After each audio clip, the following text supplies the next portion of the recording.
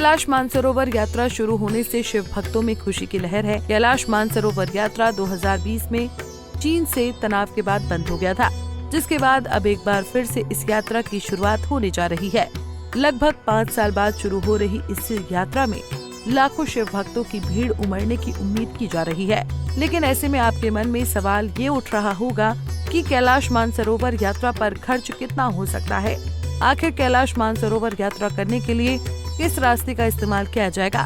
इन सभी सवालों के जवाब हम इस वीडियो में सिलसिलेवार तरीके से समझेंगे। दरअसल कैलाश मानसरोवर की यात्रा 5 साल बाद 30 जून से शुरू होने जा रही है, जिसके लिए सरकार की तरफ से तैयारियां शुरू कर दी गई हैं। चीन की अनुमति के बाद इस यात्रा को पुनः शुरू किया जा रहा है। इस यात्रा के शुरू होते ही शिव भक्तों का तांता लगने की उम्मीद की जा रही है। इस यात्रा में तीर्थयात्री को 2 रास्तों से कैलाश मानसरोवर ले जाया जाएगा। विदेश मंत्रालय की तरफ से इस यात्रा को लेकर रजिस्ट्रेशन किया जा रहा है। रजिस्ट्रेशन को लेकर शिव भक्तों में उत्साह देखने को मिल रहा है। अब ऐसे में ये सवाल उठ रहा है कि इस यात्रा के दौरान कितना खर्च हो सकता है। कैलाश मानसरोवर की यात्रा करने वाले शिव भक्त 2 मार्गों से यात्रा कर पाएंगे। पहला रास्ता उत्तराखंड से होकर गुजरेगा। अगर आप उत्तराखंड के लिपुलेख दर्रे कैलाश मानसरोवर जाने वाले हैं तो उसके लिए आपको कंफर्मेशन करना होगा, जिसके लिए आपको 5,000 रूपए जमा कराने होंगे।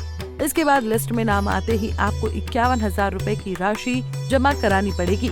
इसके बाद आपका मेडिकल टेस्ट होगा, जिसके लिए आपको 8,000 रूपए देने पड़ेंगे। चाइनीज वीजा के लिए 2,400 रूपए अलग से चुकाने पड़ेंगे। साथ ही 4,000 रूपए अलग खर्चों के लिए होंगे। इसके बाद आपको तिब्बत प्रशासन को $1,200 यानी करीब 1 लाख रूपए भी देने होंगे। यानी उत्तराखंड के रास्ते कैलाश मानसरोवर यात्रा करने वाले तीर्थयात्रियों से 1,74,000 रूपए लिए जाएंगे।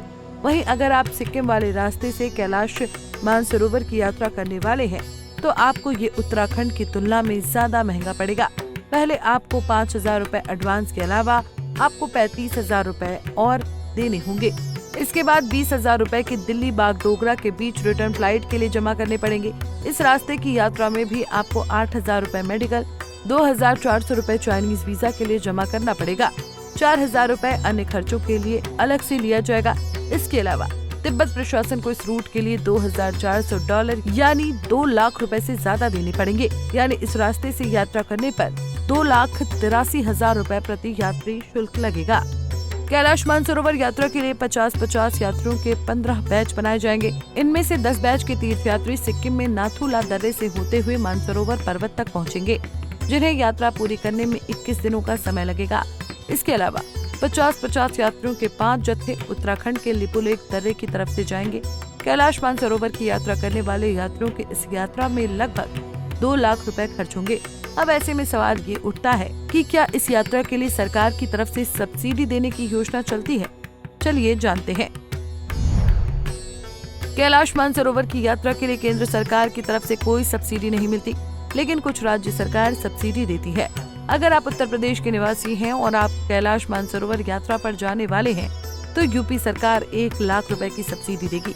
इस सब्सिडी को लेने के लिए आपको उत्तर प्रदेश के धर्मार्थ कार्य विभाग की वेबसाइट पर जाकर आवेदन करना पड़ेगा। इसके अलावा अगर आप हरियाणा के निवासी हैं और आप कैलाश मानसरोवर यात्रा पर जाने वाले हैं तो हरियाणा सरकार की तरफ से 50,000 रूपए की सब्सिडी मिल सकती है। इसके लिए आपको सरल पोर्टल पर जाकर लॉगिन करना पड़ेगा।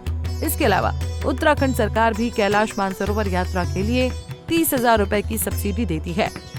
आपको बता दें कि 5 साल बाद शुरू हो रही कैलाश मानसरोवर यात्रा के लिए सरकार ने रजिस्ट्रेशन शुरू कर दिया है। कैलाश मानसरोवर की यात्रा जून से अगस्त तक चलेगी। इस यात्रा में परिक्रमा के दौरान लगभग 52 से 55 किलोमीटर की दूरी पैदल तय करनी पड़ेगी। अब देखना होगा कि 5 साल बाद शुरू हो रही इस यात्रा में शिव भक्त इसको खास बनाने के लिए क्या करते हैं, ये तो आने वाला वक्त बताएगा। Bureau report, Punjab Kesari TV. हमसे जुड़े रहने के लिए हमारे YouTube चैनल को सब्सक्राइब करें और नई वीडियो की नोटिफिकेशन के लिए बेल आइकॉन को दबाएं।